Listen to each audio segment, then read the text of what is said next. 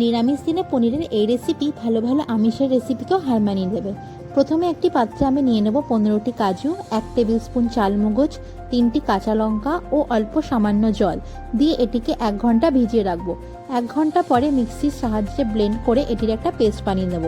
এবার একটি প্যানে তেল গরম করে তার মধ্যে পনিরের কিউবগুলো দিয়ে দেবো। পনিরের কিউবগুলো লাল লাল করে ভেজে তুলে নেব। এখানে আমি 200 গ্রাম পনির ইউজ করেছি। এরপর প্যানের মধ্যে দিয়ে দেব অল্প সামান্য ঘি, একটা তেজপাতা, অল্প দারচিনি, 2টো লবঙ্গ। এটি নাড়াচাড়া করে নিয়ে দিয়ে দেবো 1 টিস্পুন আদা বাটা। আদা বাটাটাও একটু নাড়াচাড়া করে এর মধ্যে দিয়ে দেবো কাজু ও মগজের পেস্ট। সেটি ভালো করে মিশিয়ে নিয়ে বাটিটি ধুয়ে অল্প সামান্য জল দিয়ে দেবো। জল দেওয়ার পর মশলাটা ভালো করে কষিয়ে নেব।